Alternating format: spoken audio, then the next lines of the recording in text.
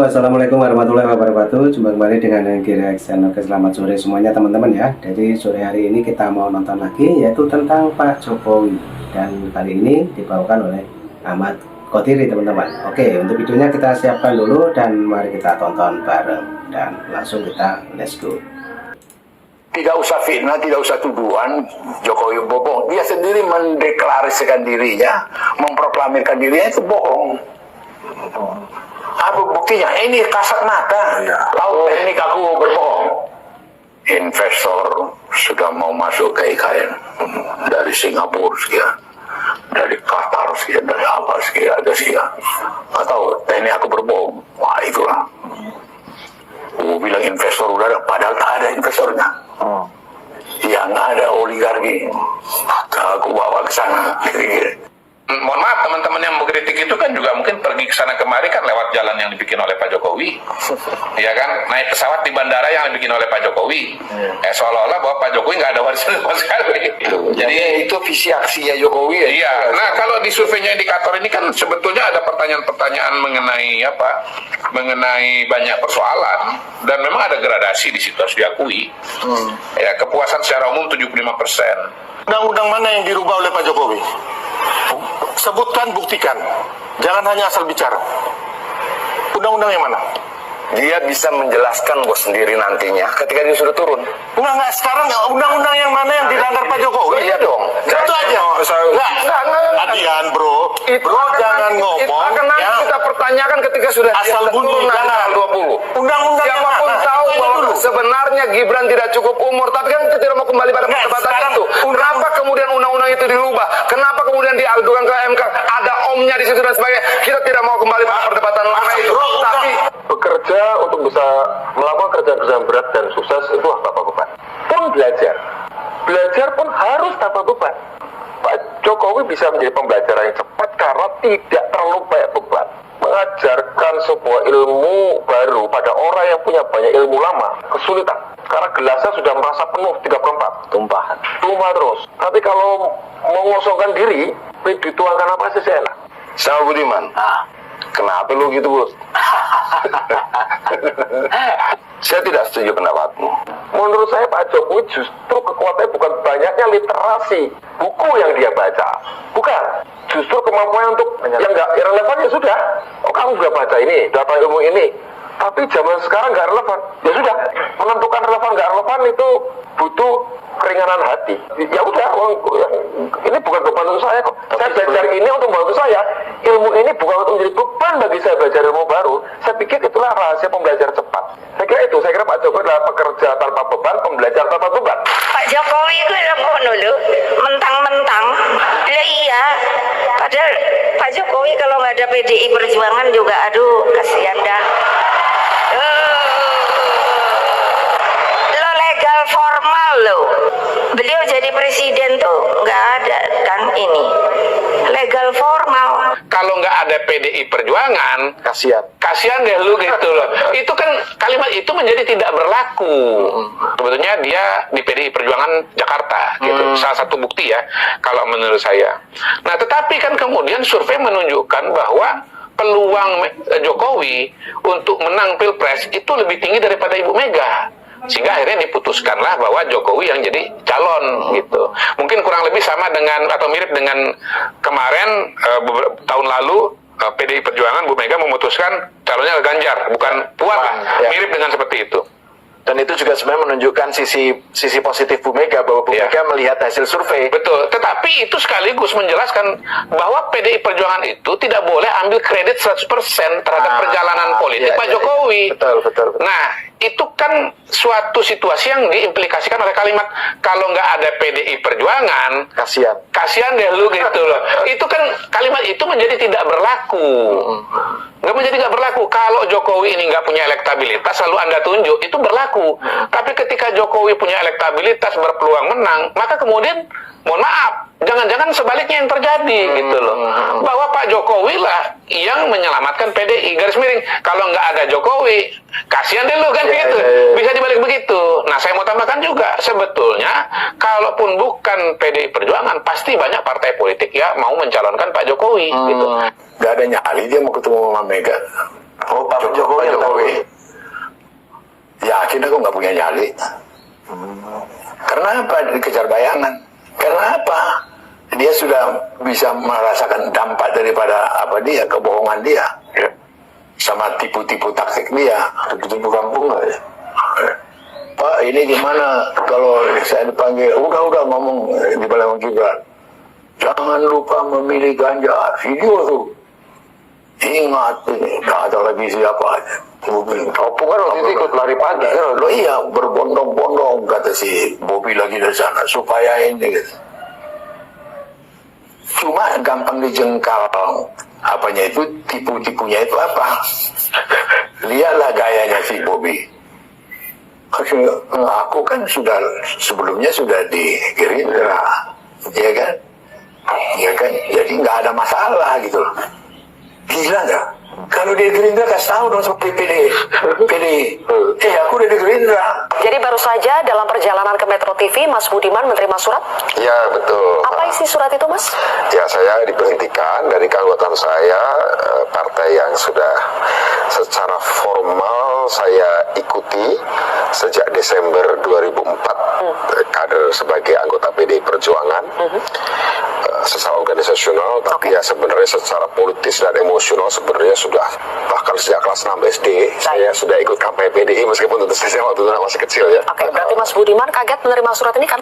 Ini adalah surat yang dibuat oleh DPP PDI Perjuangan. Isinya adalah surat keputusan, menimbang, mengingat, kemudian memerhatikan dan kemudian memutuskan memberikan sanksi organisasi berupa pemecatan kepada saudara Budiman Sujatmiko dari keanggotaan Partai Demokrasi Indonesia Perjuangan. Kemudian poin yang kedua, kita lihat lagi, melarang saudara tersebut pada diktum 1 di atas melakukan kegiatan dan menduduki jabatan apapun yang mengatasnamakan Partai Demokrasi Indonesia Perjuangan. Ditetapkan di Jakarta tanggalnya hari ini 24 Agustus 2023, ditandatangani oleh Ketua Umum langsung Megawati Soekarno Putri dan juga Sekjen Hasto Kristianto. Prabowo menceritakan ke saya tanya dia, Mas maju nggak jadi calon presiden? Begini Bang, aku tergantung Pak Jokowi. Kalau presiden mengatakan maju, saya maju. Kalau dia katakan tidak. Saya tanya Pak Jokowi, aku ketemu Prabowo. Dia bilang begini, benar, betul. Nah, dari pemimpin yang ada, yang surveinya banyak, elektabilitas dan popularitasnya tinggi, saya melihat kok Pak Prabowo ya yang paling mendekati tipe kepemimpinan strategik visioner, meneruskan kepemimpinan strategik visioner yang sudah dimulai oleh Pak Jokowi di 2019. Pilihan saya sederhana itu, Mas. Pilihan saya sederhana. Jadi Pak Prabowo sama dengan Pak Jokowi pada periode keduanya. Tapi yang pemilu bisa lihat tanggal 2 Saya mau masuk ini. dia selesai dan PDI Perjuangan tetap ada. PDI Perjuangan tetap ada di parlemen. Kita tetap punya sekian banyak kepala daerah. Undang-undang pemilu. Sekian banyak. Bro, dengar dulu ya. Saya mau lanjutkan. Itu artinya ada pada perdebatan lama. Enggak. Siapapun Yang tahu bahwa mengajukan. kemudian itu menjadi keputusan yang tidak adil ketika ada saudaranya menjadi hakim. Memperdebatkan itu lagi atau tidak? Undang-undang Kita mau memperdebatkan itu lagi atau tidak? Ayo, nggak apa-apa. Kalau bro belum selesai dari kekalahannya kemarin belum selesai di Mahkamah Konstitusi. Saya dengar dari Gerindra loh. Kita sedang mempersiapkan diri menyambut tanggal 20 Oktober.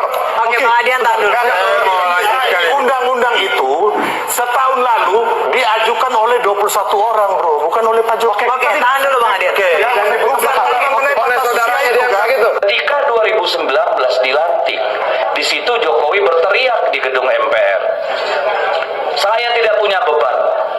Kita kira tidak punya beban akan membangun habis-habisan, bersih beneran, revolusi mental terjadi. Ternyata apa yang terjadi? Tiap malam kongko sama konglomerat. Itulah tidak ada beban. Ketika sejak 2019 kemudian yang namanya usaha martabak dan pisang itu berubah menjadi udah tahu semua lah. Ya, menjadi Sinarmas, menjadi Shopee, menjadi macam-macam. Dan kalau diperiksa nanti, kalau Kapolrinya udah ganti, mau meriksa ketahuan tuh berapa teh masing-masing tuh barang itu. Ya. Lalu kita dengar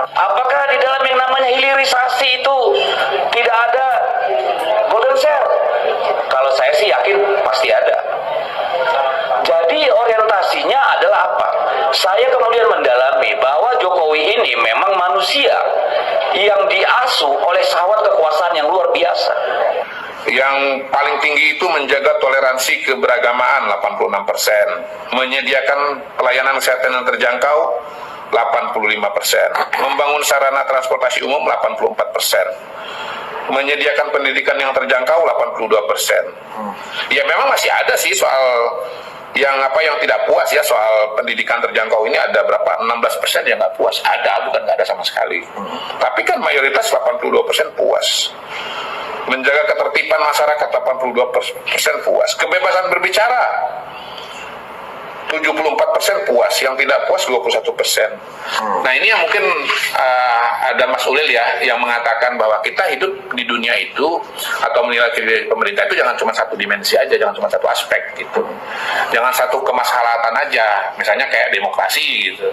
Tapi ada kemaslahatan yang lain yang disebut sebagai multiple maslahat itu gitu. Itu derajat kekesalan Bang Deddy itu sebegitunya ya, sampai mengeluarkan kata-kata yang menurutku cukup keras ya. Jokowi sudah membakar rumahnya sendiri.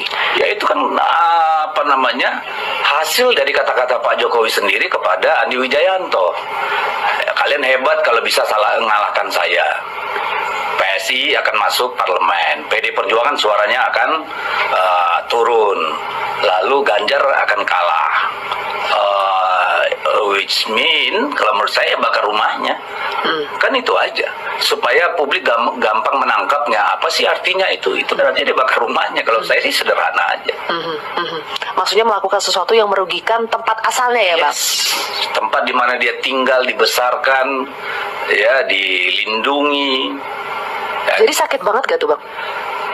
Saya kira siapa yang dibilang? Dia tidak ada, Adi Praitno yang bilang, tidak ada yang lebih sakit dari perang saudara. Pak Jokowi pada periode kedua, aku sudah dapat kepercayaan, bisa dipilih lagi kedua kali. Maka dibutuhkan kepemimpinan yang kemudian mencari nafkah keluarganya secara lebih bertanggung jawab, secara lebih masuk akal. Keluarganya dibawa ke pentas dunia, keluarga Indonesia nih, Pak Jokowi pada periode kedua ini udah dibawa ke pentas dunia nih, G20, MotoGP, apapun, ya semua pentas dunia, ya oke, Freeport, bla bla bla. Artinya apa? Artinya Pak Jokowi ibaratnya naik kelas nih, rakyat Indonesia dinaikkan kelas. Sekarang mau dunia ya, udah kuajak ya, oke, udah percayakan sama papa dulu kan, sekarang saya ajak main-main ke dunia nih. Ketika Anies Baswedan itu dikriminalisasi, itu Pak Presiden Jokowi berbicara dengan saya. Seperti beliau sangat khawatir terhadap munculnya Anies Baswedan. Sehingga itu nyata-nyata kasus Formula E itu kriminalisasi, dan saya bersaksi itu dari perintah Pak Jokowi secara langsung. Ya memang teman-teman yang kontra ini kan punya pola untuk menyederhanakan persoalan itu kepada satu dimensi, misalnya soal demokrasi misalnya. Yang kedua, semuanya ditarik dan disalahkan kepada Pak Jokowi. Ya soal demokrasi, kebebasan berbicara kalau menurut masyarakat kita kan masih 74% kepuasannya. Misalnya indeks demokrasi dibilang turun, saya pernah bilang ya gak apa-apa turun, nanti naik lagi gitu. Sengaja saya nggak lanjutin omongan saya pada waktu itu, biar rame lah. Ya sebetulnya kalau kita bicara indeks demokrasi Indonesia yang dibuat BPS turun 80 ke 79, bukan turun ke 39 atau ke 29 ya, dari 80 ke 79 ya, turun dikit lah gitu. Jangan-jangan masih, kalau ini penelitian statistik masih dalam margin of error nih, jangan-jangan gitu. Yang kedua yang dari majalah Ekonomis, Intelligence Unit itu kan turun 2022 6,7, 2023 6,5, 0,2 kok. Nggak turun jadi angka dari 4 jadi 2 gitu, enggak. Saya tegaskan kembali bahwa Pak Jokowi dan keluarga sudah tidak lagi menjadi bagian dari PDI Perjuangan, karena cita-cita partai yang diperjuangkan sejak pada masa Bung Karno, sejak PNI, ketika kita membangun Republik ini sudah tidak lagi sejalan di dalam kebijakan dan praktek-praktek politiknya. Dalam usia kurang lebih 10 tahun, rejim demokratis negara berkembang, tapi bisa melakukan 2 kebijakan pembangunan secara mazhab itu satu agak kapitalis, satu agak sosialis. Ini agak aneh. Ini orang bahkan pendukung Jokowi pun saya kira belum pernah lihat ini. Bahwa ini sebenarnya kekuatan yang harus diekspor. Kerusakan sistem hukum itu by design, termasuk persoalan yang muncul antara Pak Firly kemudian dengan Pak Sigit Listio terkait dengan proses kriminalisasi Anies. Jadi semua sudah by design. Jadi ini kasihan ya, kita kasihan aja lihat orang-orang. Enggak ada cara berpikirnya nih di luar akal sehat, di luar konstitusional juga. Seolah-olah kalau nyerang Jokowi, Gibran nanti ribut sama Prabowo, lalu sampai pada Gibran tidak dilantik. Ya betul. Ini kan kasihan kita. Ada ahli tata negara di situ, mantan Menko Polhukam di situ, iya kan? Di situ juga para dokter-dokter yang kumpul. Dan cara berpikirnya seperti ini, bagaimana nih negara mau maju? Hubungan kita dengan semua baik. Yang tidak baik itu cuma dengan Jokowi. Karena apa? Karena dia memilih membakar rumahnya sendiri untuk kepentingan dia dan keluarganya. Kalau dengan yang lain kita nggak ada masalah. Yang tidak mungkin kita masih bisa berhubungan baik dengan Pak Jokowi, itu aja kesimpulan. Beliau kan bilang bahwa Pak Jokowi itu membakar rumah PDI Perjuangan. Kalau menurut saya yang membakar rumah PDI Perjuangan itu, dengan segala hormat ya Mas Hasto, kenapa kalau membakar itu dimaknai sebagai PDI Perjuangan suaranya turun ya, terutama di tingkat nasional, kemudian pilpresnya kalah. Menurut saya itu karena Mas Hasto sebagai aktor utamanya.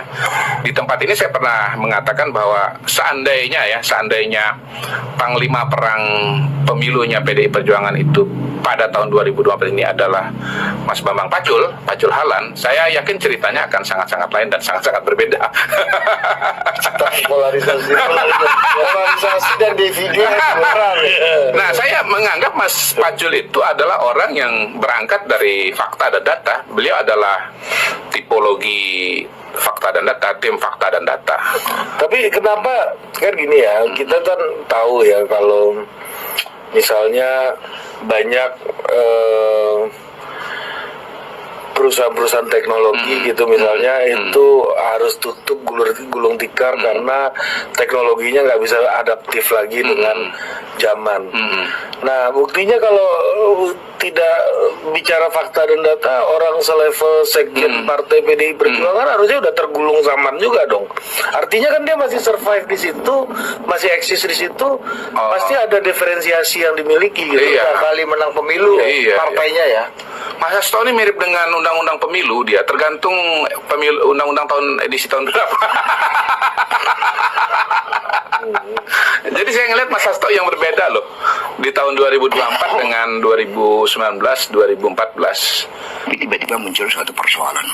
Kader-kader PDI Perjuangan begitu banyak tekanan. Di Sulawesi Utara itu Partai Coklat yang bermain, sama dengan di Jakarta, di Jawa Timur, di Sumatera Utara. Itu Partai Coklat itu super powerful karena mereka punya agenda-agenda politik terhadap apa?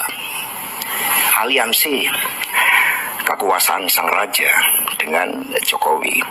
Jadi tiba-tiba seorang Mas Hasto Kristianto itu tahun 2024 seperti tidak berpijak pada data dan fakta. Analisa dan pernyataannya tidak berpijak kepada fakta dan data. Dan kita tidak sedang membicarakan fakta dan data yang rumit ya. Kita berbicara tentang fakta data yang sederhana seperti hasil pemilu di luar negeri yang dia bilang dimenangkan Ganjar Mahfud, padahal faktanya adalah Prabowo Gibran gitu. Kemudian dia misalnya mengutip seolah-olah saya sudah mengetahui hasil pemilu begitu ya, menyamakan Kodari dengan Koda dan Kodar.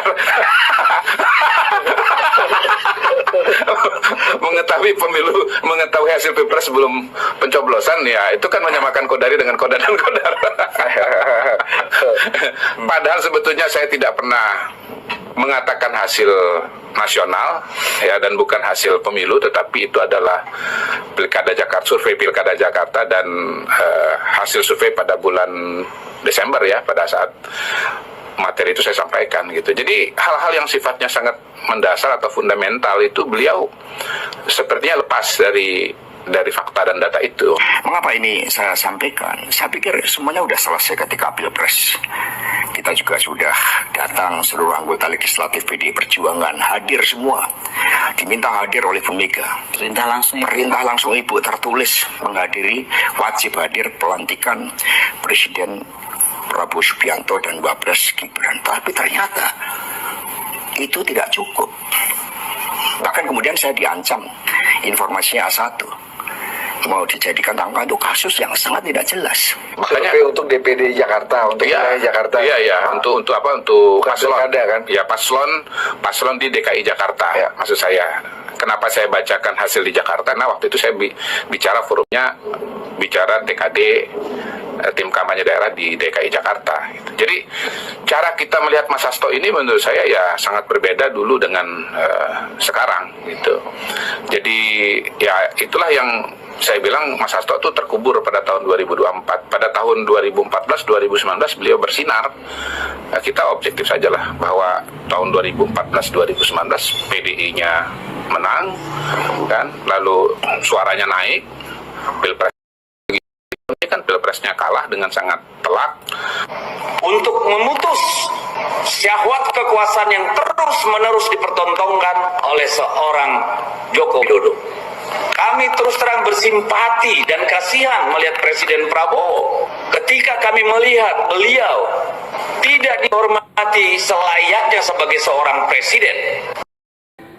Nah oke teman-teman, itulah video yang kita tonton untuk sore hari ini, dan mudah-mudahan kita ambil hikmahnya bareng-bareng dan bisa menyikapi semua isi dari Ahmad Kodari yang baru saja disampaikan di video ini teman-teman ya. Oke, dan salam buat keluarga, sehat selalu, jangan lupa dukung terus Hengki Reaction. Oke, terima kasih. Assalamualaikum warahmatullahi wabarakatuh, sampai jumpa, thank you.